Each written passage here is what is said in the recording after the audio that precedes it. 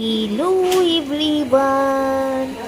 তো আজকে চলছে আমার ছোট্ট কিচেনটাতে মাটন কষা রান্না। এই যে এই কালারটা না ফোনের মধ্যে খুব একটা ভালো আসছে না, কারণ সবাই জানেনই হয়তো যে ফোনের কোয়ালিটিটা একটুখানি ব্রাইটনেস বাড়িয়ে দেয়, যার কারণে এর মধ্যে খুব একটা কালার আসছে না, একটু ফ্যাকাশে টাইপের কালার দেখা যাচ্ছে। বাট ম্যাটারটা সেটা নয়, ম্যাটারটা খুব সুন্দর একটা কালার এসছে। যাই হোক, সবাই সবার রান্নাকে সুন্দরই বলে, এটা কোনো বড় ব্যাপার না।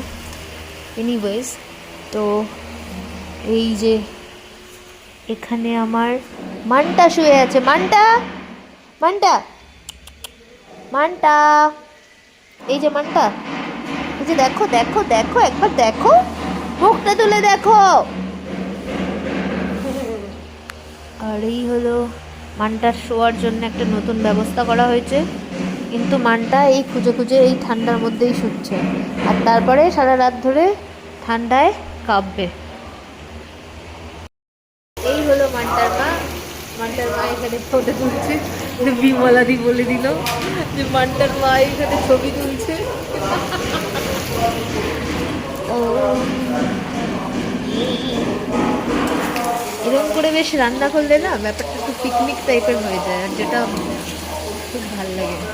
এই বছর পিকনিক করতে বাইরে তো যেতে পারবো না, তো ঘরের মধ্যে এরকম যদি রোজ রোজ পিকনিক হয় কত সুন্দর লাগে বলুন তো।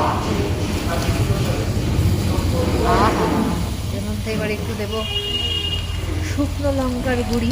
শুকনো লঙ্কার গুঁড়ি আমি খুব একটা ইউজ করি না, কিন্তু একটু কালারের জন্যে দিলে বেশ ভালো লাগবে। আর বিশেষ করে পাকা লঙ্কাগুলো দিয়ে একবারে পেস্ট করে নিই, যার জন্য রান্না করলে দেখতে এমনি ভালো লাগে। কিন্তু আজকে পাকা লঙ্কা ছিল না, যার কারণে এখন শুকনো লঙ্কার গুঁড়ি দেবো। ঠিক আছে, চলো, বাই বাই।